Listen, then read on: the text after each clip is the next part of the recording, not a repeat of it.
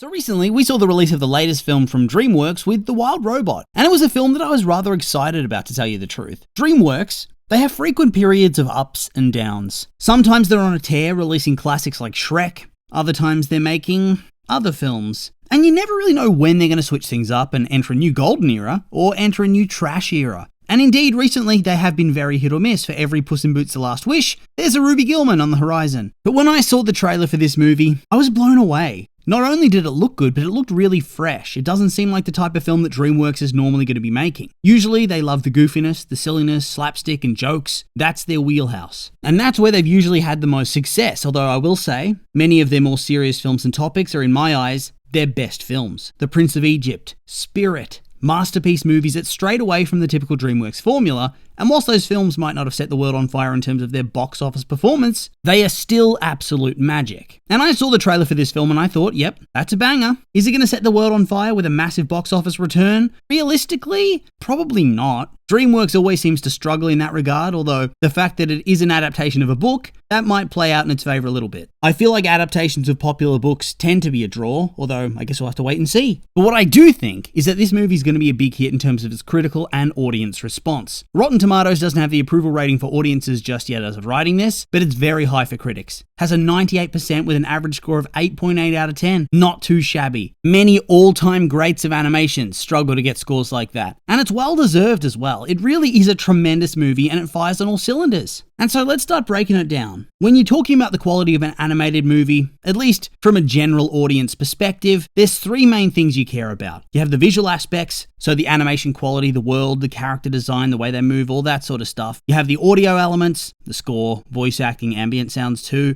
And then of course the narrative elements, the story, characterization, dialogue, script, themes, all of that. And a good film will usually do one or most of these quite well, but a great film has to do them all well. And we'll start off by talking about the visuals. The visuals are incredible. I'm loving DreamWorks at the moment in this regard. I think this film is supposedly the last film that DreamWorks is animating completely in-house, and after that they're outsourcing more and more. And they'd already done that a lot in the last couple of years, but now it's going to be a constant thing. And I feel like they went out with a bang here. The style and design is so different to what we've seen from DreamWorks before. If you looked at the design choices without any knowledge of what studio made this movie, I wouldn't pick DreamWorks. The way everything looks, the way the characters move, their facial expressions, even the backgrounds and how the characters are interacting with the world. It all feels so different to the DreamWorks we've come to know over the years. And so I did a bit of digging, and from what I've seen, it's clear the director was looking to do something a little bit different with this movie than the standard CGI photorealism that's becoming more and more prevalent in the animation of today. Specifically, he said he was taking inspiration from classic golden era Disney, namely stuff like Bambi, and then also Miyazaki's Ghibli films like My Neighbor Totoro. And honestly, looking at it, that makes a lot of sense. I don't think there's a director who's so wonderfully captured the darkness and the beauty of the natural world quite like Miyazaki, and how it contrasts with the man-made mechanical world. And Bambi has such an iconic visual style, and you can see that it really did inform a lot of the film too.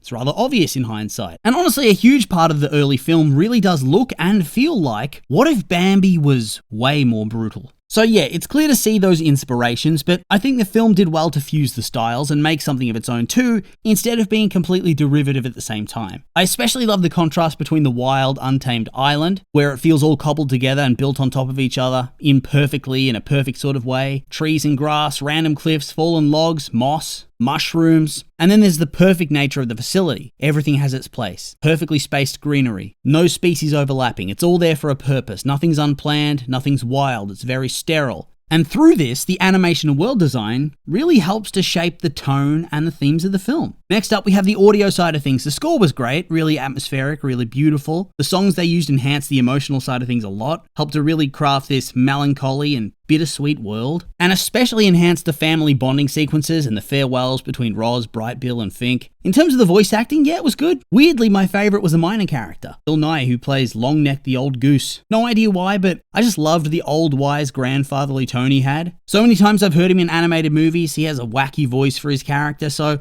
it was nice to see him be a bit more subdued, and I really just found him pleasant and soothing in his dialogue. When he died, I was gutted, honestly. I do find myself drawn to these sort of grandfatherly characters, so that probably explains why I found him so compelling. The leads, of course, were also really great, and I thought the slow peeling back of the robotic voice on Roz as she develops a personality and ascends beyond her programming was really clever, a great touch. And also, I never usually mention this, but the ambient sounds they included in this movie, especially in the scenes on the island, it's just yes, chef's kiss, truly perfect. They add so much to the environment and the atmosphere of the movie, and really that's where the film comes alive, in those finer details that help just expand the world. They feel so prominent in The Wild Robot. I love this movie. I really hope it does well. I mean, is this a one-off book or is there a book series? Would there be room for a sequel or something along those lines? Okay, so I looked it up. Apparently there is a sequel book called The Wild Robot Escape, so presumably the film would follow Roz getting out of the facility again and preventing Rosm from ever tracking them down before she returns to the island for good.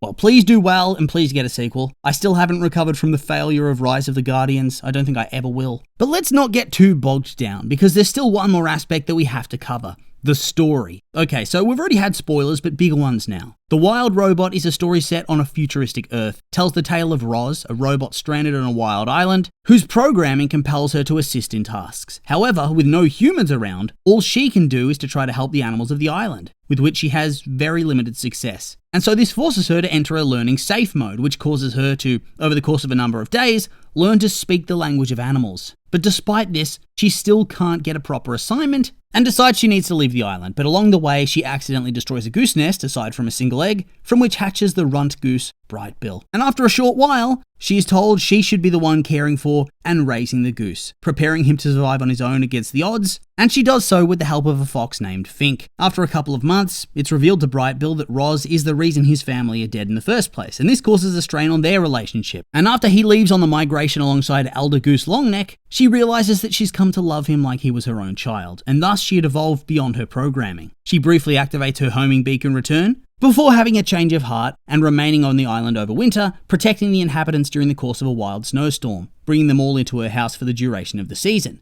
but depleting her own batteries to do so. And when she awakes in the spring, even more overgrown than before, the flock of geese have returned, with Brightbill hailed as a hero who saved the flock after the death of Longneck at the hands of Rosm robots. And also with the newfound understanding that he loves Roz as his mother, and the pragmatic knowledge from Longneck that his biological mother, she realistically would have left him behind due to his weak flying skills, and due to the fact that he probably wouldn't have even survived to the winter with his siblings alive because he was so small and weak. It's pretty dark, honestly. Before they can reunite, another robot, Vontra, comes to get Roz, but when she learns Brightbill wants to see her, she resists and the animals battle the robots in her defense. They win, Vontra burns the forest, she takes her hostage, she shuts down Roz, removing her brain essentially. But Brightbill is still able to bring her back because she's ascended beyond being a program. She has feelings and independent thoughts, which nobody can take away from her now. And so in the end, she decides to go back to the Corp to prevent another wave of robots being sent to the island, which could hurt her friends. Although it does remain clear when Brightbill visits her there that she's still the same Roz. Even a factory reset couldn't destroy her personality. She's a wild robot still. So yeah, that's a definite perfect setup for a sequel with that ending and with the knowledge of what the next book is supposed to be about. I mean, in the film, I walked out thinking, what?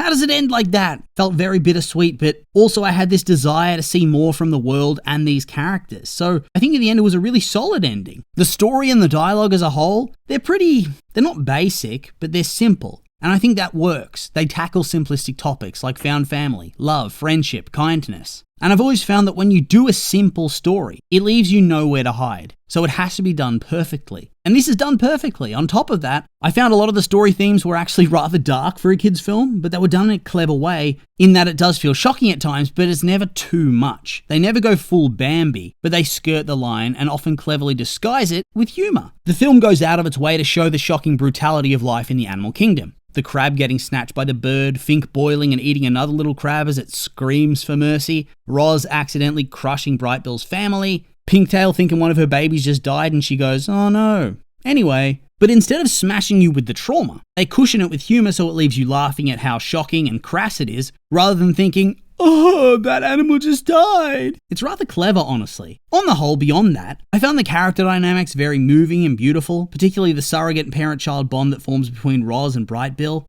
Somebody must have been cutting onions in the theatre, I tell you what. Particularly when he leaves her behind on the migration, and then when he calls her mum on the ship and she revives herself from that, and then back to that ending too. But But yeah, the ending. I actually liked that they left you feeling a bit sad at the end, bittersweet, melancholy. Because the way the story builds, it's clear that it isn't a cop-out to manipulate your emotions and leave you feeling like shit. It truly is the only way to protect the island at the time. It makes sense in the story. And whilst their bond is still there, there's so much distance. Only Bright Bill can visit her of all her animal friends, but she can't be wild and free. And so, since it isn't the classic happily ever after, the film kind of forces you to reflect on it as a whole and cherish the journey where it was happy, instead of the destination, which for me, kept me thinking about it for ages after it ended. Really, this film is just my favourite of the year so far. I loved it. I really hope it does well so DreamWorks can get that sequel. Be heartbreaking if it pulls an Iron Giant and doesn't make the money it deserves. And so, yeah, not really much else to say beyond that. So I guess it's time to end things here. And I'll just remind you, these have all been my opinions, and now I'd like to hear yours. What did you think of the movie if you've seen it? Did you like it? Hate it? If you haven't seen it, are you keen to see it now? I'm curious for your thoughts, so make sure to like, comment, and subscribe, and let me know.